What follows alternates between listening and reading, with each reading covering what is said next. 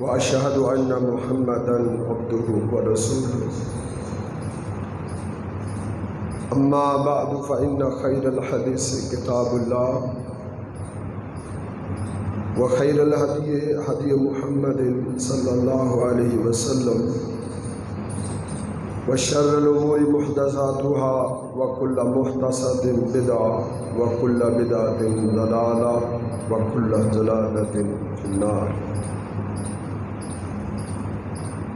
إن الله وملائكته يصلون على النبي يا أيها الذين آمنوا صلوا عليه وسلموا تسليما. اللهم صل على محمد وعلى آله وأصحابه وسلم.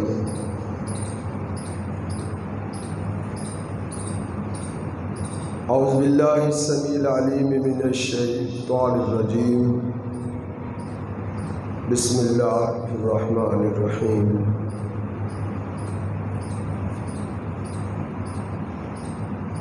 وعد الله الذين آمنوا وعملوا الصالحات ليستخلفنهم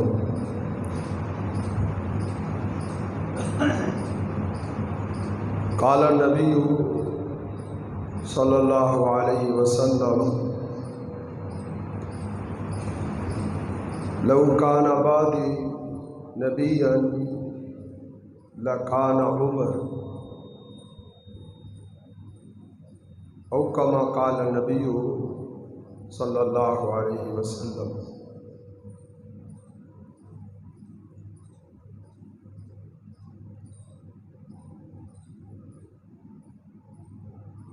سیدنا عمر بن خطاب رضی اللہ عنہ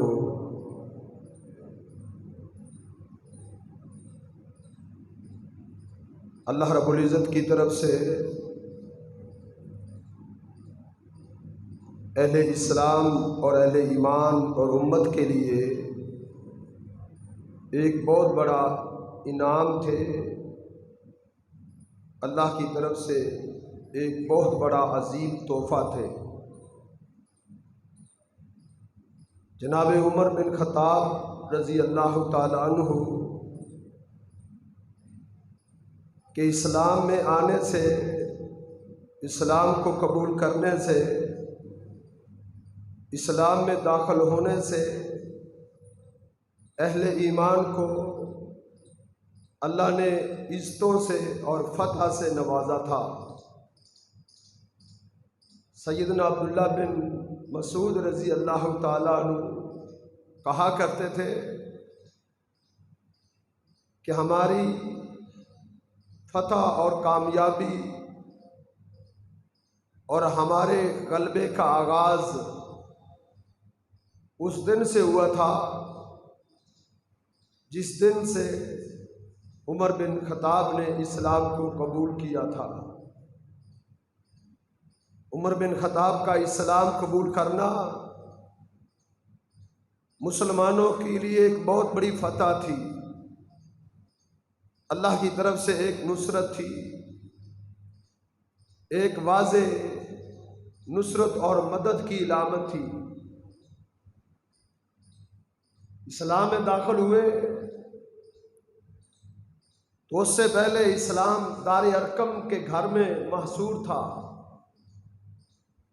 جناب محمد رسول اللہ صلی اللہ علیہ وسلم دار ارقم کے گھر میں چھپ چھپ کے اللہ کے دین کی تعلیم دیتے تھے، لوگوں کو اللہ کی توحید سکھاتے تھے،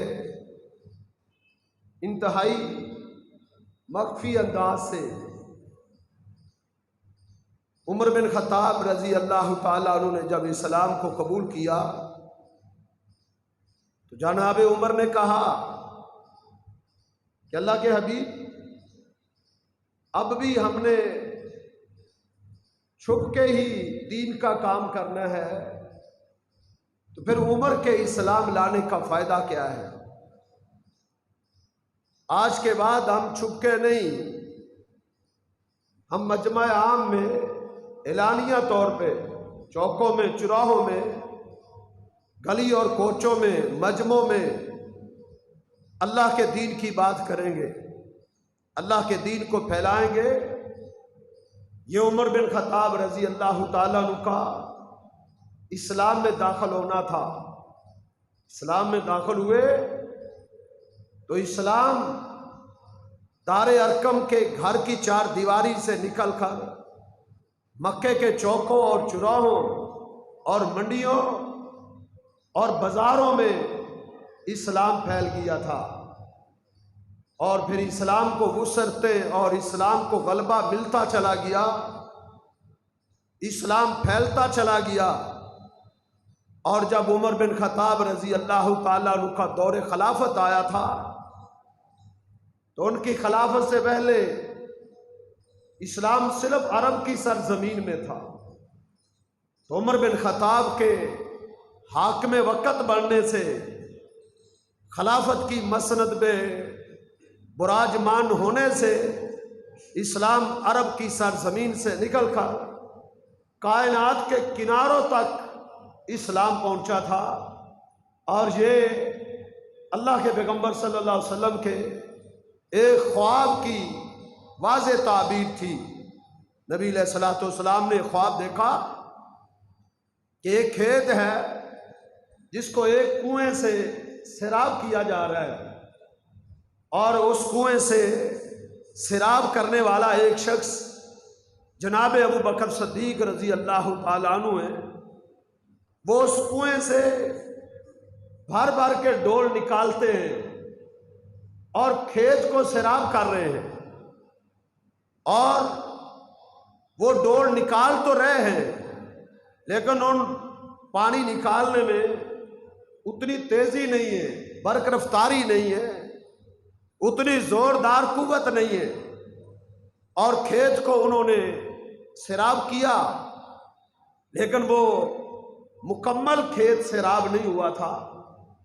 آقا فرماتے ہیں میں خواب دیکھتا ہوں، پھر عمر بن خطاب اس بوکے کو، اس ڈول کو وہ تھام لیتے ہیں اور بڑی جرأت اور بڑی بہادری، بڑی برق رفتاری سے، بڑی تیزی سے، بڑی قوت اور بڑی توانائی کے ساتھ ڈول بھر بھر کے بڑی تیزی کے ساتھ نکال رہے ہیں، اور اتنا پانی نکالا کہ میں نے دیکھا کہ وہ پانی اس کھیت کے منڈیروں تک جا پہنچا، یعنی کناروں کو بھر دیا اس ڈھول نے۔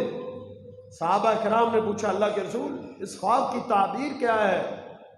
آپ نے فرمایا اس کی تعبیر غلبہ اسلام ہے، کہ میرا صدیق بھی اسلام کے اس کھیت کو سیراب کرے گا، اسلام کا کام کرے گا، توحید کا کام کرے گا، اسلام کے غلبے کا کام کرے گا، لیکن اللہ ان کو وقت تھوڑا دیں گے، ان کے پاس وقت کم ہوگا، اور وہ کھیت مکمل طور پر سیراب نہیں ہو سکے گا۔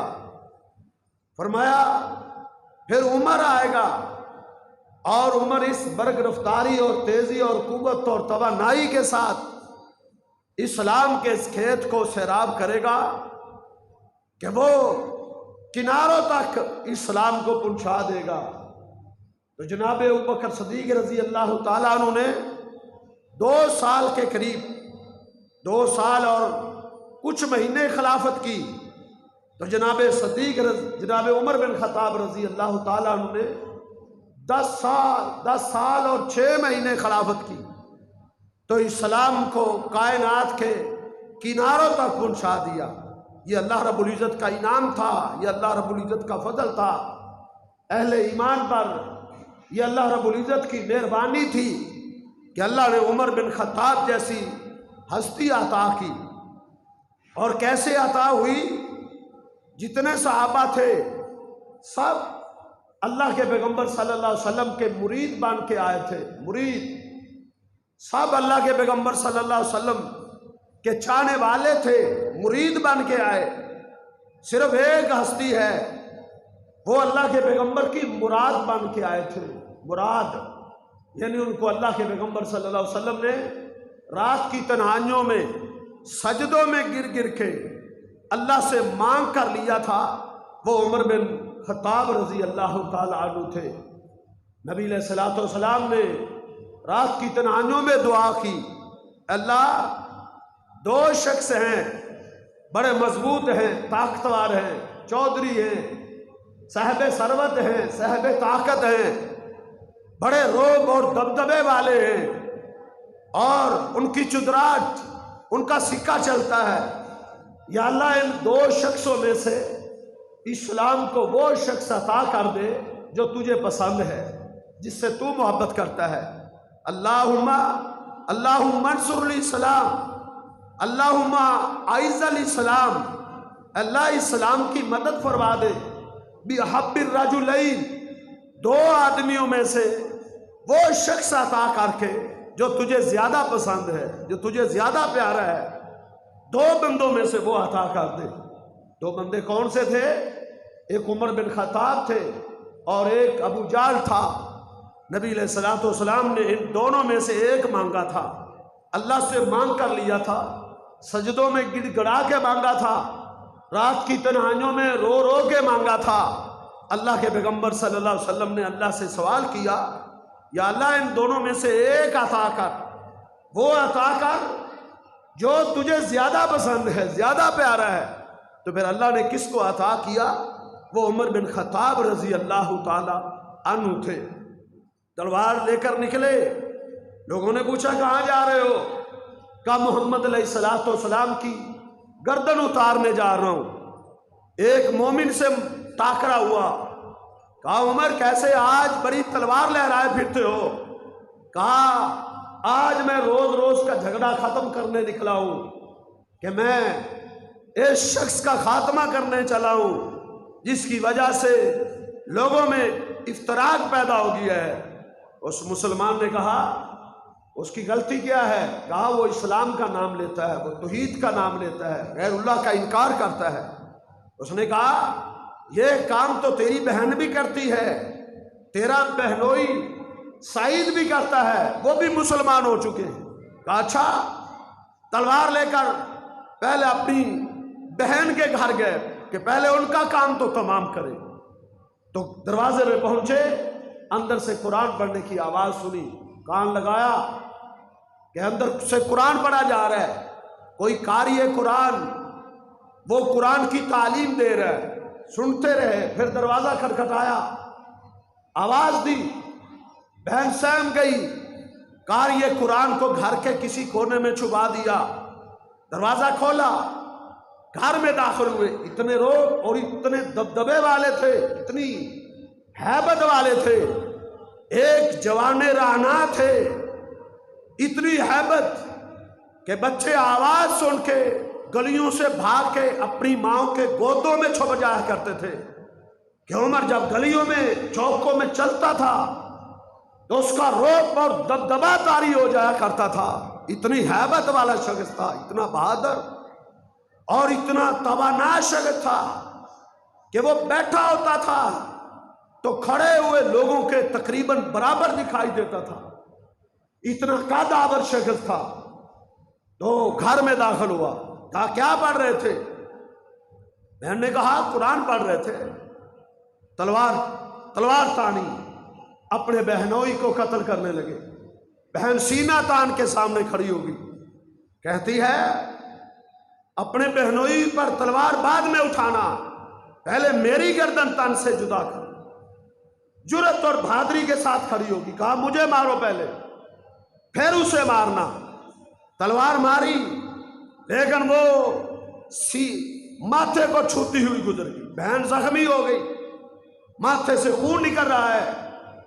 حیران ہو گئے، سوچ میں پڑ گئے، کیا چیز ہے جس نے میری بہن کو اتنی جرأت دی ہے، اتنی قوت دی ہے، اتنی بہادری دی ہے، جس نے آج تک آنکھیں اٹھا کے مجھے دیکھنے کی کبھی جرأت نہیں کی تھی، آج سینہ تان کے میرے سامنے کھڑی ہے، آج میری آنکھوں میں آنکھیں ڈال کے کھڑی ہے اور کہتی ہے ہم اسلام قبول کر چکے، جو تو کرنا چاہتا ہے کر لے، پہلے میری گردن کاٹیے گا پھر اپنے بہنوئی کے پاس جائیے گا۔ کون سی چیز ہے؟ کیا وجہ ہے؟ یہ کوئی انقلاب ہے؟ اس نے کہا میں دیکھوں تو صحیح، میں پرکھوں تو صحیح، میں جانچوں تو صحیح۔ ماجرا کیا ہے؟ جب تک انسان تحقیق کی دنیا میں نہیں آتا، جب تک انسان حقائق کی دنیا میں سانس نہیں لیتا، جب تک وہ تقلید کے بندنوں سے باہر نہیں نکلتا، جب تک وہ سوچنے اور سمجھنے کی زحمت گوارا نہیں کرتا، اس وقت تک وہ غیر اللہ کے دروں کی ٹھوکریں کھاتا رہتا ہے، غیر اللہ کے در کی کھے کھاتا رہتا ہے۔ جب اللہ اس کو بصیرت دے دیتے ہیں، جب اللہ اس کو تحقیق کرنے کی جرأت دے دیتے ہیں، بہادری دے دیتے ہیں، وہ تحقیق کے میدان میں اتر پڑتا ہے۔ اللہ اس کے لیے حقائق کے راستے اس کے لیے کھول دیتے ہیں، ہدایت کے راستے اللہ اس کے لیے واضح کر دیتے ہیں۔ اللہ فرماتے ہیں من جاہد فینا، جو ہمارے ہدایت، ہمارے راستے کو پانے کی جستجو کرتا ہے، تگ و دو کرتا ہے، کوشش کرتا ہے، ہم اس کے لیے ہدایت کے راستے کھول دیتے ہیں۔ سوچ میں پڑا، غور و خوض میں پڑا، افلا یتدبرون القرآن، تم قرآن پہ غور کیوں نہیں کرتے؟ ام علی قلوب اقفالها، دو ہی چیزیں ہوتی ہیں، انسان حکایت حق سے، ہدایت سے، توحید سے، سنت سے اس وقت تک دور رہتا ہے جب تک وہ سوچتا نہیں، غور نہیں کرتا، تحقیق نہیں کرتا، یا پھر اس کے دل پر مورے لگ جاتی ہیں، تالے لگ جاتے ہیں، پھر اس سے ہدایت کی توفیق سلب ہو جاتی ہے۔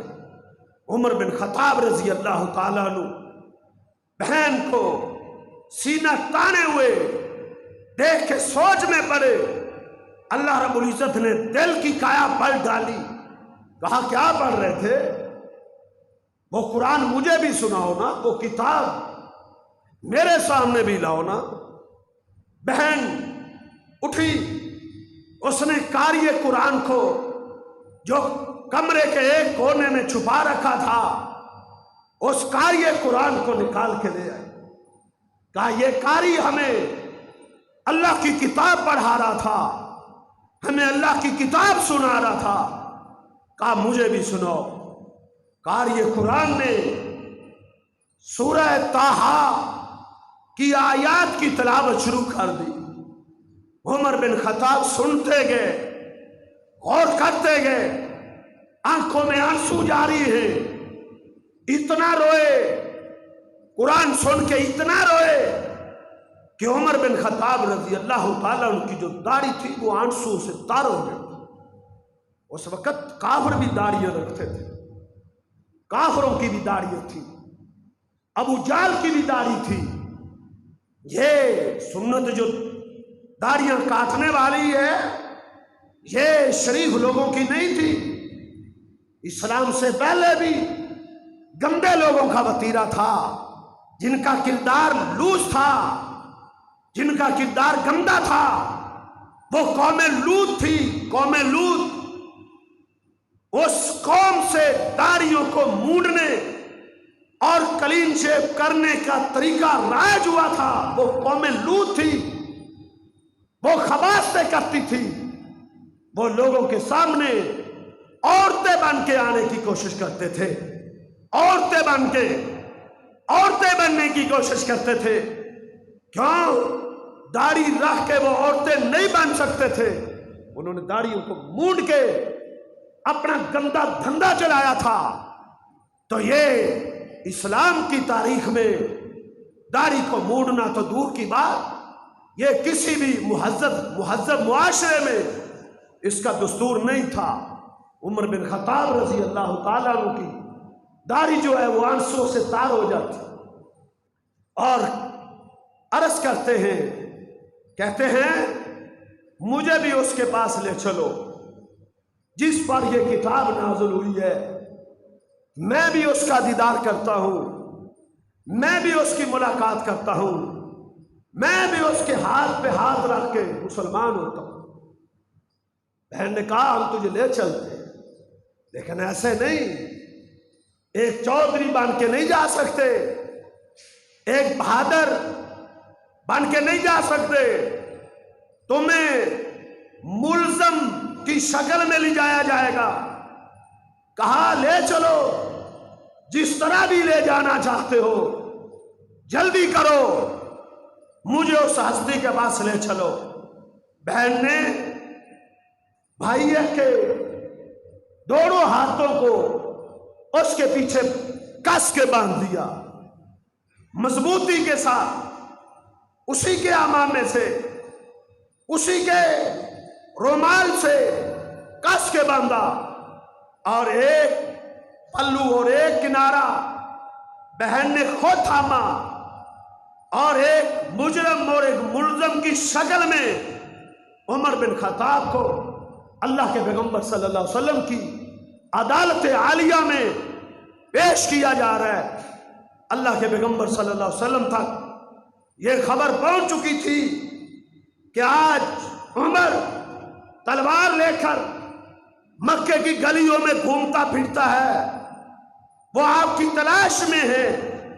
اللہ کے پیغمبر صلی اللہ علیہ وسلم نے فرمایا غم نہ کرو، اللہ اچھا فیصلہ کرے گا، اچھا فیصلہ ہوگا۔ جب دار ارقم کے قریب پہنچے، کسی نے دیکھا کہ عمر بن خطاب آ رہے ہیں، اس کی نظر عمر بن خطاب کی بہن فاطمہ پہ نہ پڑی، بہنوئی سعید کو نہ دیکھ سکے، اس قاری قرآن کو نہ دیکھ سکے۔ اس نے بھاگ کے جا کے کہا کہ اللہ کے حبیب عمر تو آ رہا ہے، عمر آ رہا ہے۔ نبی کے پاس جتنے بیٹھے تھے سہم گئے، ڈر گئے۔ سیدنا حمزہ اٹھے، کہتے ہیں غم نہ کرو، اچھے نظریے سے آیا ہے تو مرحبا کہیں گے، اگر کوئی اور ارادہ لے کر آئے گا تو اس کی گردن کاٹ کے رکھ دوں گا، غم نہ کرو۔ اللہ کے پیغمبر صلی اللہ علیہ وسلم نے فرمایا حمزہ بیٹھ جاؤ، میں سمجھتا ہوں رات کی تنہائی میں نے کل رات کو اپنے رب سے عمر کو رو رو سے مانگا ہے، رو رو کے میں نے اپنے رب سے سوال کیا ہے، اللہ مجھے عمر دے دے، اسلام کے غلبے کے لیے، اسلام کی عزت اور اسلام کی ناموس کے لیے، اسلام کے غالب ہونے کے لیے۔ اللہ عمر کی ضرورت ہے، تو عمر دے دے۔ کہا حمزہ میں ساری رات عمر کو مانگتا رہا ہوں، مجھے یقین ہے اللہ نے میری دعا کو شرف قبولیت سے نوازا ہے، اور یہ عمر میری دعاؤں کا جواب بن کے آ رہا ہے، یہ عمر میری دعاؤں کا نتیجہ بن کے آ رہا ہے، یہ مجھے میری دعاؤں کی مقبولیت دکھائی دیتی ہے۔ تم بیٹھ جاؤ۔ یہ تھا مراد رسول، اللہ کے پیغمبر صلی اللہ علیہ وسلم کی مراد بن کے آیا، پہنچا۔ میرے آقا نے کہا دروازہ کھول، میرے پیغمبر نے آگے بڑھ کے سینے سے گریبان سے تھاما، عمر کیسے آئے ہو، کیا ارادہ لے کے آئے ہو؟ کہا آقا آپ کا غلام بننے آیا ہوں، آپ کے دین اور آپ کے اسلام اور آپ کے منہج کے جھنڈے کو تھامنے کے لیے آیا ہوں، آپ کے منہج کو لے کر کھڑا ہونے کے لیے آیا ہوں، آپ کی دعوت کو کائنات کے کناروں تک پہنچانے کے لیے آیا ہوں، آپ کی دعوت کے سامنے سر کو جھکانے کے لیے آیا ہوں۔ اللہ کے پیغمبر صلی اللہ علیہ وسلم نے سینے سے لگا دی، روتے جا رہے تھے، عمر بھی رو رہے تھے، میرے آقا بھی رو رہے تھے۔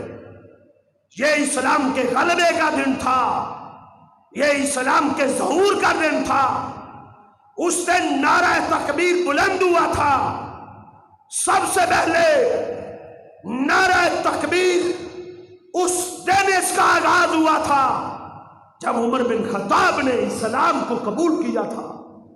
دار ارقم کے گھر سے جب نعرہ تکبیر کی آواز بلند ہوئی تھی، مکہ کے در و دیوار ہل گئے تھے، ابو جہل پریشان ہو گیا تھا، عتبہ اور شیبہ ان کے پاؤں لرزنے لگ گئے تھے۔ انہوں نے کہا ایسا محسوس ہوتا ہے جو ہم سے وعدہ کر کے گیا تھا کہ میں گردن کاٹنے جا رہا ہوں، ایسا محسوس ہو رہا ہے کہ وہ گردن جھکا چکا ہے، لگتا ہے کہ وہ مسلمان اس کو حاصل کر چکے ہیں، جس وجہ سے آج مسلمانوں نے نعرہ تکبیر کو بلند کیا۔ یہ عمر بن خطاب رضی اللہ تعالی عنہ تھے جو اللہ کے پیغمبر صلی اللہ علیہ وسلم کی مراد بن کے آئے تھے، اور اسلام میں پھر ایسی زندگی بسر کی، ایسی لامثال زندگی بسر کی، ایسی مثالی زندگی بسر کی، ایسا تقویٰ، ایسا ایمان، ایسی شجاعت، ایسی بہادری، ایسی اسلامی غیرت اپنے اندر پیدا کی کہ دنیا کی تاریخ اس کی مثال پیش کرنے سے عاجز ہے۔ ایسا تقویٰ، ایسا ایمان پیدا کیا۔ میرے پیغمبر نے کہا عمر تم کیا کرتے ہو؟ تیرے اندر ایمان کی ایسی قوت ہے، تیرے اندر ایمان کی ایسی طاقت ہے، عمر تم جس گلی میں چل رہے ہوتے ہو اس گلی میں چلنے والے سارے شیاطین بھاگ جاتے ہیں، وہ تجھ سے ڈرتے ہیں۔ یا عمر یخاف منک شیطان، عمر شیطان تجھ سے ڈرتا ہے، شیطان، شیطانوں پہ رعب طاری ہو جاتا تھا، دبدبا طاری ہو جاتا تھا۔ یہ ایمان کی پاور تھی، ایمان تھا، تقویٰ تھا، بہادری تھی، غیرت تھی، اللہ کے پیغمبر صلی اللہ علیہ وسلم کی محبت تھی۔ میرے پیغمبر صلی اللہ علیہ وسلم کی معمولی سی گستاخی کو بھی برداشت نہیں کرتے تھے۔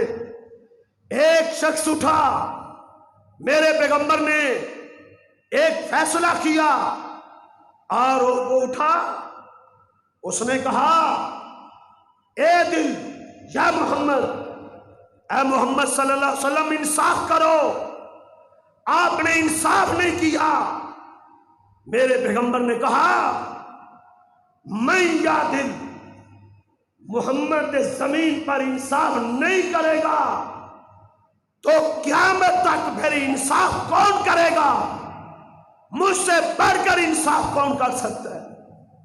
جس نے اپنی لخت جگر سیدہ فاطمہ کے بارے میں کہا تھا، جب ایک مخزومیہ قبیلے کی فاطمہ نامی عورت نے چوری کی تھی، اس کا خاندان قبیلہ میرے پیغمبر کے پاس آیا، کہا یہ قریشی خاندان کی عورت ہے، آقا اس کا ہاتھ کٹ جائے گا، لوگ قریش کو تانا دیں گے، آپ کا قبیلہ ہے، آپ کا خاندان ہے، لوگ تانے دیں گے۔ میرے پیغمبر نے کہا خاموش ہو جاؤ، یہ تو مخزومیہ خاندان کی فاطمہ ہے، ولو سارقت فاطمہ بنت محمد، اگر میری لخت جگر فاطمہ بھی چوری کرتی، دنیا دیکھتی لقطعت یدہا، میں اپنی بیٹی کا بھی ہاتھ کاٹ دیتا۔ ایسا منصف، ایسا عدل پیش کرنے والا شخص، ایک شخص کھڑا ہو کے کہتا ہے آپ انصاف نہ آپ نے نہیں کی۔ عمر بن خطاب نے تلوار تھام آگے بڑھے کہ اس گستاخ کی زمین پر زندہ رہنے کا کوئی حق نہیں ہے، اس کی گردن کاٹنے لگے۔ میرے آقا نے کہا عمر ٹھہر جاؤ، نہیں مارنا اس کو، جاہل ہے، نہیں مارنا۔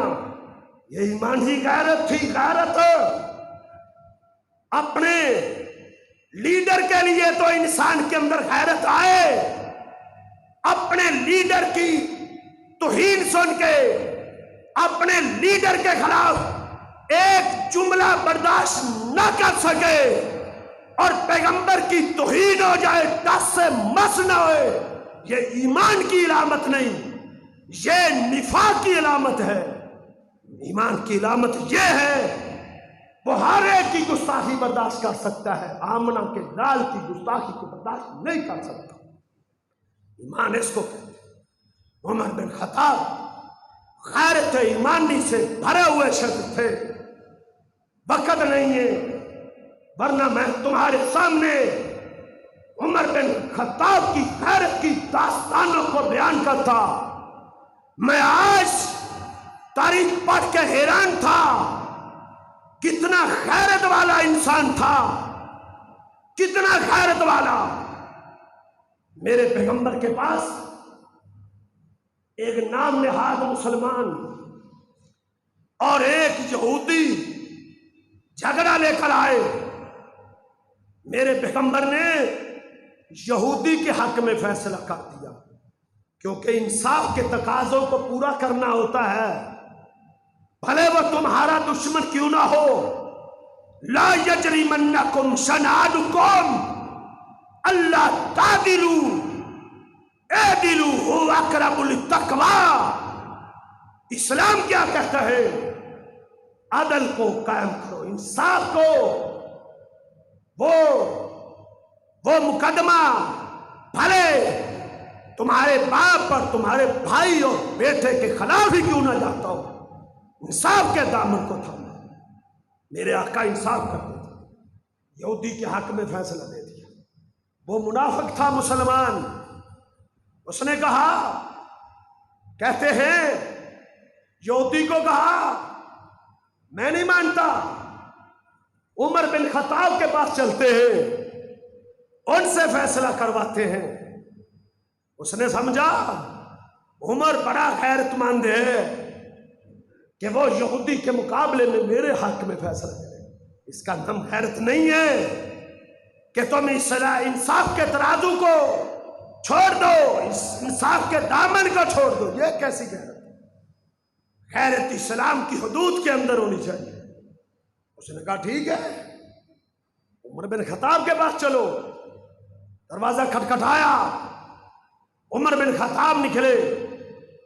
وہ یہودی کہنے لگا، اپنا قضیہ پیش کرتا ہے، اپنا مقدمہ پیش کرتا ہے، اپنا تنازع پیش کرتا ہے، اور ساتھ کہتا ہے عمر بن خطاب تو نے ہمارے درمیان فیصلہ کرنا ہے، اور فیصلہ کرنے سے پہلے یہ سن لے، یہی مقدمہ تمہارے پیغمبر کے سامنے پیش کیا جا چکا ہے۔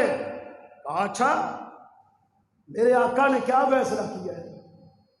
کہا تمہارے پیغمبر نے میرے حق میں فیصلہ کیا۔ کہا پھر مسئلہ کیا ہے؟ کہا یہ جو تمہارا مسلمان ہے یہ کہتا ہے میں عمر بن خطاب سے فیصلہ کرواؤں گا۔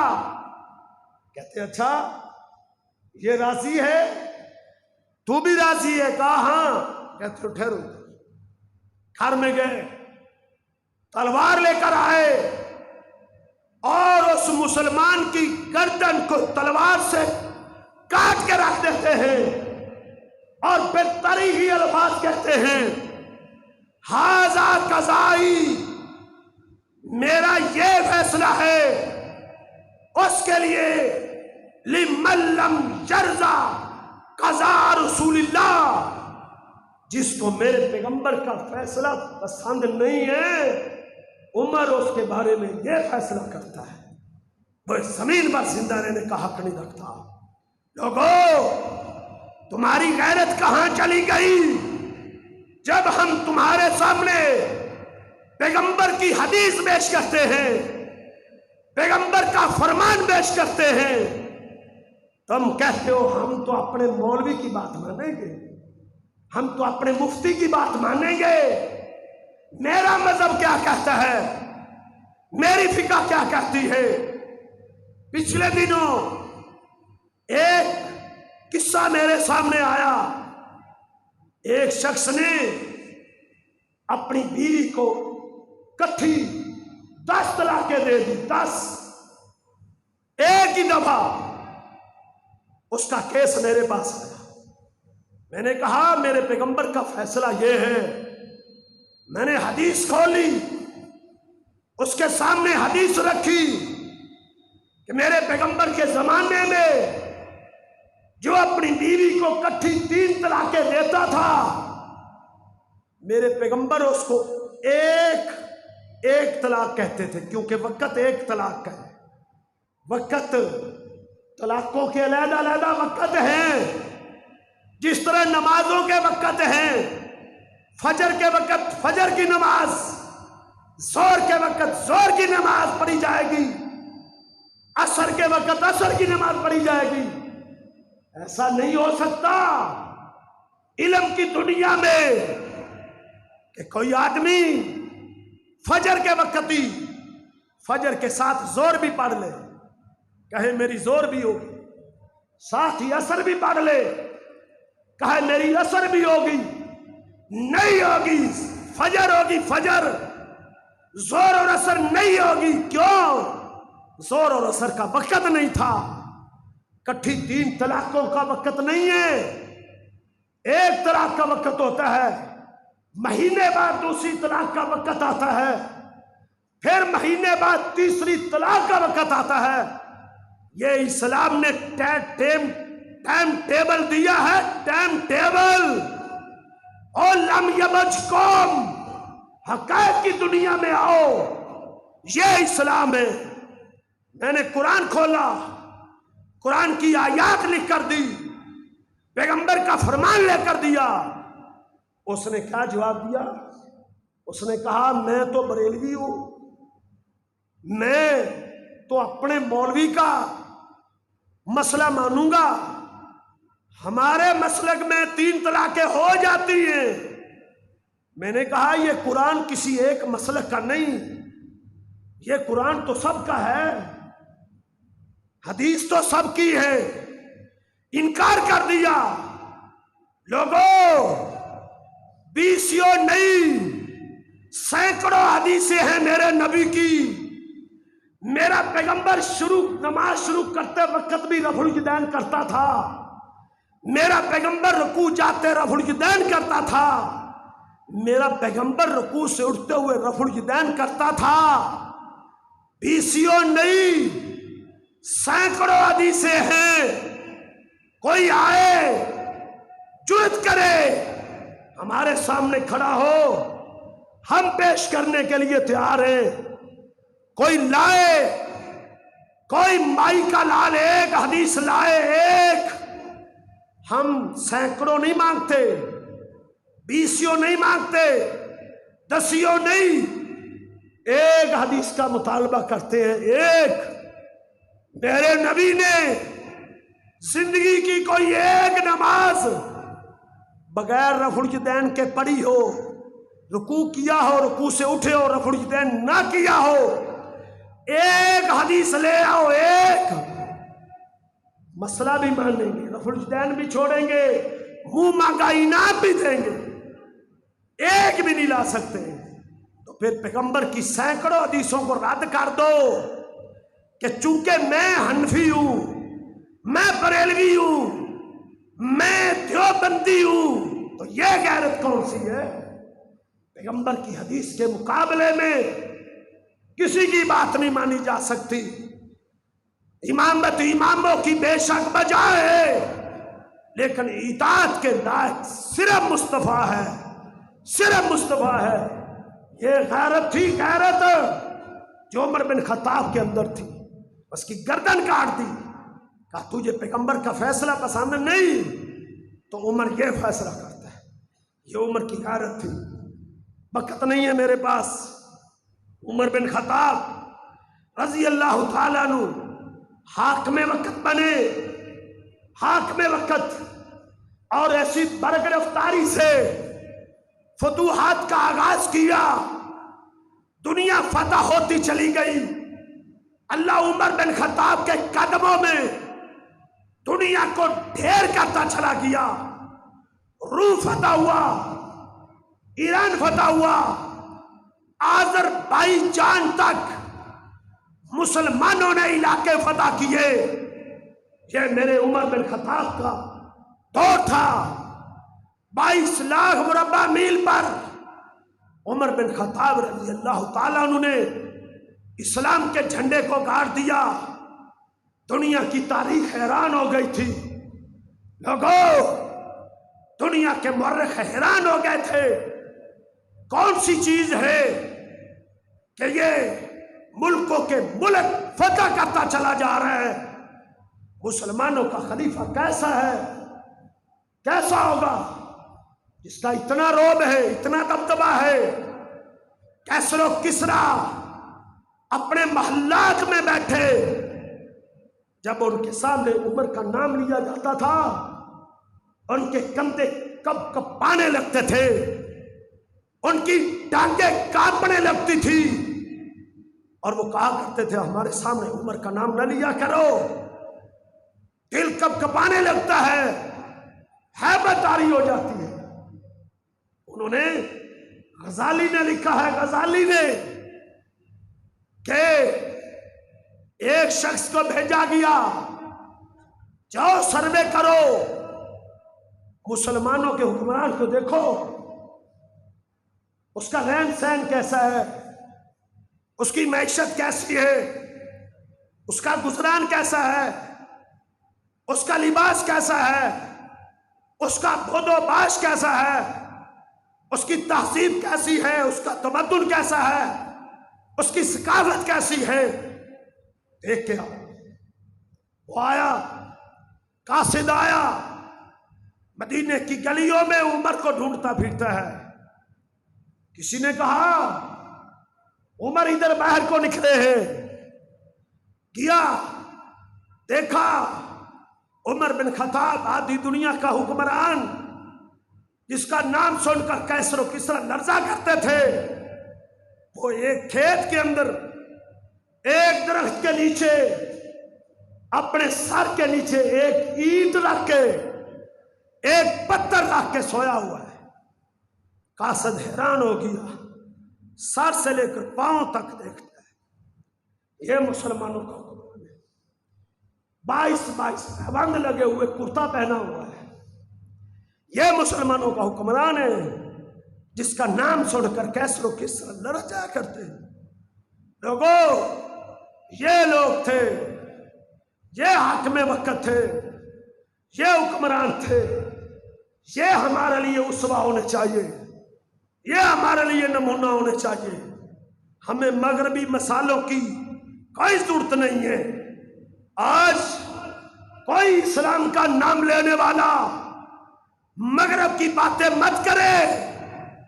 مغرب کی مثالیں کیا مثالیں ہیں؟ میرے عمر بن خطاب کی مثالیں پیش کی جائیں، جس طرح کا سادگی کا دور تھا، ہمت اور جرأت کا دور تھا، یہاں ادھر کیا ہے؟ ایٹمی طاقت ہے، ایٹمی قوت ہے، طاقت ہے۔ انڈیا کشمیر لے گیا، انڈیا کشمیر لے گیا تو یہاں بہادر بننے والے، جرأت اور بہادری کے نعرے مارنے والے، انہوں نے کیا کیا کہ جمعہ کے دن آدھا گھنٹہ احتجاج کیا کریں گے۔ کیسے؟ آدھا گھنٹہ پوری قوم کھڑی ہوگی، قوم کو کھڑی کرو، یہ قوم کے کان پکڑوا دو۔ یہ جرأت اور بہادری کی مثالیں نہیں ہے۔ جرأت اور بہادری کی مثالیں کیسی ہیں؟ وہ ایک بہن کے دوپٹے کے لیے پہنچا کرتے تھے۔ ایک بہن نے آواز دی تھی، جس کا سرت دوپٹہ اترا تھا، اس نے کہا واہ عمرا، ہائے عمر، میرا حیا چلا گیا۔ عمر خیز و غضب میں آ گئے تھے، عمر تلوار لے کر باہر آ گئے تھے، اس یہودی کی گردن کاٹی گئی تھی۔ تمہارے پاس آج طاقت ہے، قوت ہے، آج ایٹمی طاقت ہو، ضربت علیہم الذلہ، یہ بزدلی کا عالم تھا، بزدلی فرانس کے سفیر کو نہ نکال سکے، فرانس کے، یہ جرأت اور بہادری نہیں ہے۔ تمہاری عقلیں کہاں چلی گئی؟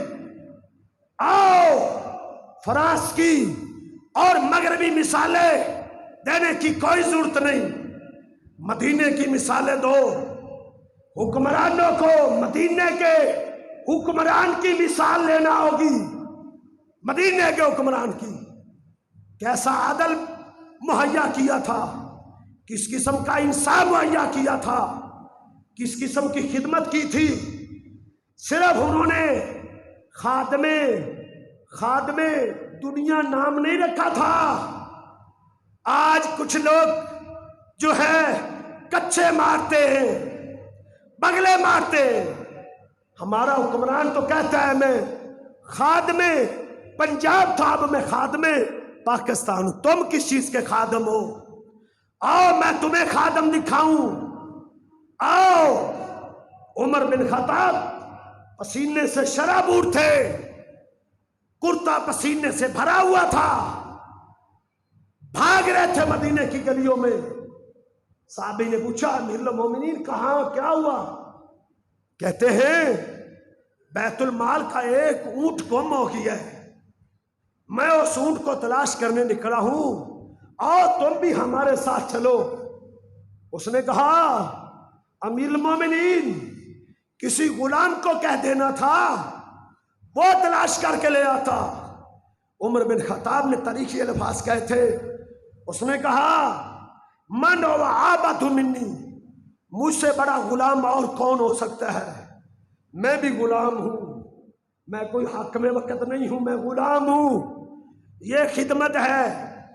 مدینے کی گلیوں میں رات کی تنہائیوں میں مسلمان سوئے ہوتے تھے، آدھی دنیا کا حکمران مدینے کی گلیوں میں پہرا دے رہا ہوتا تھا، اور مغرب کی مثالیں دینے والوں یہ اسوہ ہے، یہ قدوہ ہے، یہ نمونہ ہے۔ مدینے کی گلیوں میں رات کی تنہائیوں میں میرا عمر پہرے دیتا تھا۔ غلام اسلم کہتا ہے جب تھک جاتے تھے تو مدینے کی گلی میں دیوار کے ساتھ ٹیک لگا کے تھوڑی سی نیند پوری کر لیتے تھے۔ یہ میرے عمر تھے۔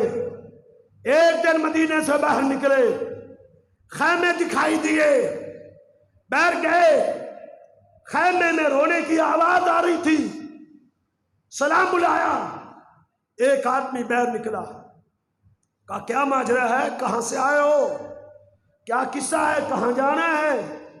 تعارف ہوا، کہا رونے کی آواز کیا آ رہی ہے؟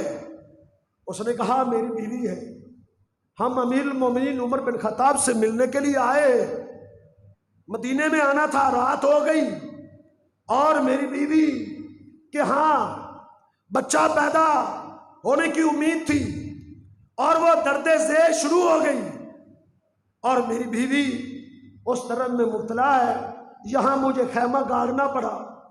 عمر بن خطاب رضی اللہ تعالیٰ عنہ فرماتے ہیں ٹھہرو، سیدھا اپنے گھر گئے، اپنی بیوی کو کہا آج نیکی کرنے کا موقع نصیب آیا ہے، خوش نصیب ہیں، اٹھ آج خدمت کرنے کا موقع ہے۔ یہ خاتون اول تھی، خاتون اول، یہ خاتون اول ہے۔ خاتون اول کو لے کر آئے، کہا کیا ماجرا ہے؟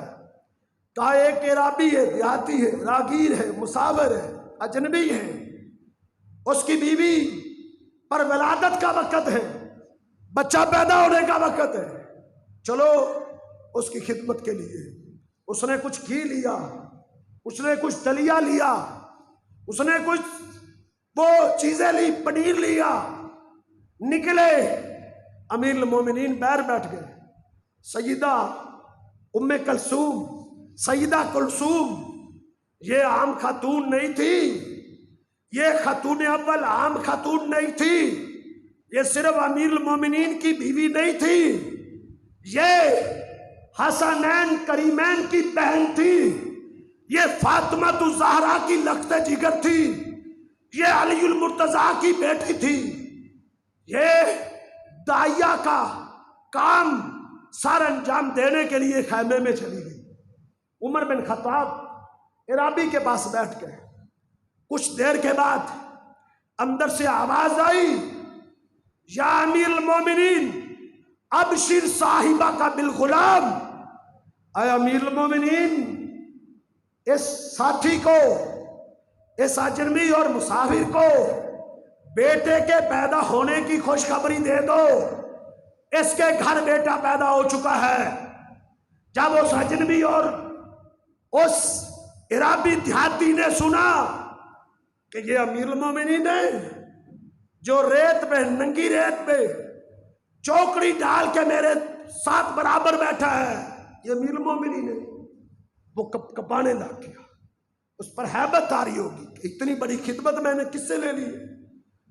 امیر المومنین نے اس کی کمر میں تھپکی دی، اس نے کہا ڈر نہیں، میں تمہارا خادم ہوں۔ خادم اور خادمی پاکستان کے دعوے کرنے والوں، یہ خادم ہے۔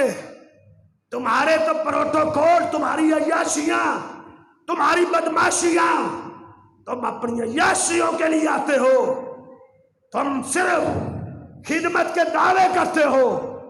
خدمت نام رکھنے سے بندہ خدمت نہیں کرتا، خدمت کرنے سے خادم بنتا ہے۔ یہ خدمت تھی۔ یہ میرے پاس وقت نہیں، میں مثالیں دیتا۔ میں آپ کے سامنے عمر بن خطاب کا عدل بھی رکھنا چاہتا ہوں، عدل، انصاف رکھنا چاہتا ہوں۔ انہوں نے انصاف کی مثالیں قائم کر دی، ایسی مثالیں دنیا قیامت تک اس جیسی مثال لانے سے عاجز ہے جس طرح کا انصاف عمر بن خطاب نے کیا تھا۔ جھگڑا ہو گیا ابی ابن کعب سے، عمر بن خطاب کا کسی مسئلے پہ جھگڑا ہو گیا، عدالت میں پہنچے، اپنے چیف کے پاس، اپنے جج کے پاس گئے، قاضی کے پاس۔ وہ زید بن ثابت تھے، یہ قاضی تھے، اور مقدمہ ابی ابن کعب کا ہے اور امیر المومنین عمر بن خطاب کا ہے۔ جب سامنے پیش ہوئے تو زید بن ثابت جو جج تھے، اس نے عمر بن خطاب کے لیے کرسی منگوا لی، ابی ابن کعب کو اپنے سامنے کھڑا کر دیا۔ عمر بن خطاب نے کہا، اے زید، یہ تیری پہلی بے انصافی ہے، یہ انصاف نہیں، تو نے انصاف کا خون کر دیا ہے۔ میں تجھے جج کے عہدے سے فارغ کرتا ہوں، تو جج بننے کا اہل نہیں ہو سکتا۔ امیر المومنین کہا ہوا ہے، کہا تو نے طرفداری کی ہے۔ طرفداری جب مقدمہ آتا ہے، چاہے حاکم وقت ہو، وہ برابر ہوتا ہے، برابر، اس کے ساتھ برابر کا سلوک ہوتا ہے۔ دونوں کو کرسی دی جائے گی یا دونوں کو کھڑا کیا جائے گا؟ دونوں کو۔ یہ انصاف تھا، عمر بن خطاب کا انصاف تھا۔ گورنروں کی شکایتیں آتی، شکایت ملی کہ مصر کا گورنر، اس نے اپنے دروازے پہ دربان رکھا ہوا ہے، چوکیدار، باریک لباس پہنتا ہے۔ ایاز بن غنم محمد بن مسلمہ کو بھیجا، تحقیق کرو، اگر ایسا ہی ہے گرفتار کر کے مصر کے گورنر کو میرے پاس لایا جائے۔ محمد بن مسلمہ پہنچے، دیکھا کہ گورنر نے باریک لباس پہنا ہوا ہے، دروازے پہ چوکیدار رکھا ہوا ہے، ہتھ کڑی لگائی اور عمر بن خطاب کے سامنے مدینے میں پیش کر دیا گیا۔ عمر بن خطاب نے باریک لباس اتارنے کا حکم دے دیا اور کھدر کا لباس پہنایا، کھدر کا، اور ہاتھ میں چھڑی پکڑائی اور کیا کہا، اے یاس اری الغنم، چلو بکریاں چرواؤ، بکریاں چارو، آج کے بعد تم گورنر نہیں ہو، تم بکریوں کے چروایا۔ یہ انصاف تھا۔ تحقیق انصاف نام رکھنے سے انصاف نہیں آتا، اور انصاف مہیا کرنے سے انصاف آتا ہے، انصاف کی مثالیں پیش کرنے سے انصاف آتا ہے۔ یہ کیسا انصاف ہے؟ یہ کوئی انصاف ہے؟ تمہارے خلاف مقدمہ ہو، 8 سال تک تم اس کا فیصلہ نہ آنے دو، تمہارے مخالف کے خلاف مقدمہ ہو، تم روزانہ کی بنیاد پہ پیشی چلے، روز عدالتیں کھلے، 6 مہینے کے اندر فیصلہ سنانے کا آرڈر دے دیا جائے، یہ انصاف نہیں۔ انصاف یہ ہے اس میں برابر ہوتے ہیں، برابر، سب برابر ہیں۔ انصاف اس کو کہتے ہیں۔ کیا انصاف اس کو کہتے ہیں کہ میرے خلاف فیصلہ اس وقت کرنا جب باقی لوگوں کے خلاف کرنا؟ یہ قانون ہے؟ کیا یہ نظام ہے؟ تمہارے خلاف ثبوت آ چکے، کیوں فیصلہ نہیں ہونے دیتے؟ یہ انصاف نہیں۔ عمر بن خطاب کا انصاف دیکھو، عمر بن خطاب کا یہ انصاف ہے۔ عمر بن خطاب کے بیٹے نے شراب پی لی، بیٹے نے، اور سعد بن ابی وقاص نے یا عمرو بن عاص نے اس کو بند کمرے میں سزا دی، 80 ڈنڈے مارے، 80۔ عمر بن خطاب کے بیٹے کو، عمر کو پتا چلا، بیٹے کو بلا لیا، مدینے کے لوگوں میں ندا دی، لوگوں کو اکٹھا کیا اور لوگوں کے مجمع میں اپنے بیٹے کو دوبارہ 80 دورے مارے، دوبارہ، کہ حد قائم ہوتی ہے لوگوں کے سامنے۔ یہ انصاف ہے، انصاف۔ یہ عمر بن خطاب تھے، یہ ان کا انصاف تھا۔ عمر بن خطاب رضی اللہ تعالیٰ عنہ نے جب کیسر و کسریٰ کو فتح کیا تو شاہ روم سے عمر بن خطاب کی سلام دعا ہو گئی، شاہ روم سے۔ تو عمر بن خطاب رضی اللہ تعالیٰ عنہ کی بیوی نے، خاتون اول نے، روم کے بادشاہ کی بیوی کو تحفہ بھیجا۔ تحفہ کیا تحفہ بھیجا؟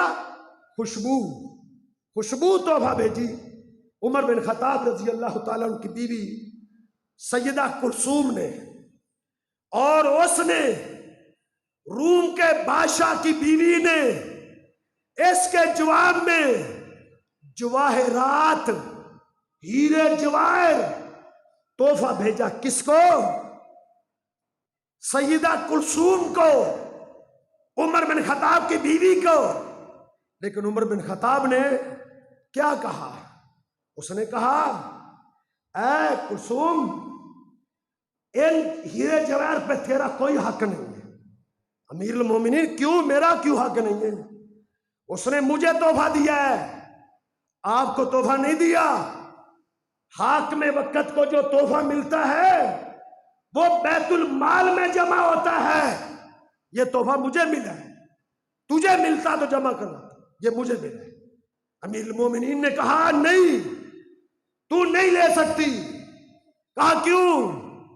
کہا خوشبو لے کر جانے والا قاصد، اس کو تنخواہ تو نہیں دیتی، اس کو تنخواہ بیت المال حکومت دیتی ہے، حکومت کی تنخواہ سے تیرا تحفہ دیا تھا، اسی تنخواہ سے یہ تحفہ آیا تھا، تو اس پر حق نہیں رکھتی۔ وہ تحفہ بیت المال میں جمع کروایا گیا، لیکن آج حکمران کہتے ہیں ہمارا تحفہ ہماری مرضی۔ یہ انصاف ہے؟ یہ انصاف نہیں۔ سب حکمران اس میں برابر ہیں، یہ قانون نہیں ہے۔ میرے پاس وقت نہیں، ورنہ میں تمہیں بتاتا کہ عمر بن خطاب کا نام لینا سوکھا ہے، آسان ہے، اس جیسا عدل پیش کرنا، اس جیسا انصاف پیش کرنا مشکل ہے۔ کفار نے کہا تھا اگر ایک عمر اور پیدا ہو جاتا، ایک عمر، تو اس دنیا میں اسلام کے علاوہ اور کوئی مذہب دنیا میں نہیں رہنا تھا۔ تو میرے بھائیوں، یہ عظیم ہستی ہے، ہمارے دلوں میں اس کی محبت ہونی چاہیے۔ محبت، ہمارا تعلق دیکھیں، ہمیں پتہ ہے علامہ اقبال کب پیدا ہوا تھا، کب فوت ہوا تھا، قائد اعظم کب پیدا ہوا تھا، کب فوت ہوا تھا۔ ان کو ہم ہیرو مانتے ہیں، ہیرو، اور یہ اسلام کا ہیرو ہے۔ کس کو پتا ہے کب پیدا ہوئے تھے، کب فوت ہوئے تھے؟ یکم محرم کو عمر بن خطاب کو شہید کیا گیا۔ یکم محرم کو ایک مجوسی نے رات کے اندھیرے میں فجر کے وقت، کیونکہ صحابہ فجر کی نماز اندھیرے میں پڑھتے تھے، چھپ کے اس نے چھپا تھا۔ عمر بن خطاب نماز پڑھانے آئے، اللہ اکبر کہا، اس نے خنجروں کا حملہ کر کے عمر بن خطاب کو شہید کر دیا گیا۔ یکم محرم کو اتنا بڑا سانیہ پیش آیا، اتنا بڑا عالمناک واقعہ پیش آیا، کوئی نہ مسلمان چھٹی کرتے ہیں، نہ مسلمانوں کو شعور ہے۔ کیوں؟ آج مسلمانوں کی سوچوں پہ، آج مسلمان میڈیا پہ شیعہ غالب ہے۔ شیعہ سیدنا حسین رضی اللہ تعالیٰ عنہ کی شہادت پورا مہینہ ایک طوفان برپا ہوتا ہے، ہمیں بھی صدمہ ہے، ہم بھی کہتے ہیں المناک شہادت تھی۔ یہ چھوٹی شہادت تھی کہ ایک انصاف کے سورج کو جو ہے غروب کر دیا گیا، یہ معمولی شہادت نہیں تھی، بہت بڑا عالمیہ تھا، آج اس کا علم ہی نہیں ہے۔ اللہ سے دعا ہے اللہ ہمارے دلوں میں صحابہ کی محبت کو پیدا کرے، اللہ ہمیں اسلام اور ایمان پر زندہ رکھے۔ قول قولی ھذا استغفر لی ولکم ولسائر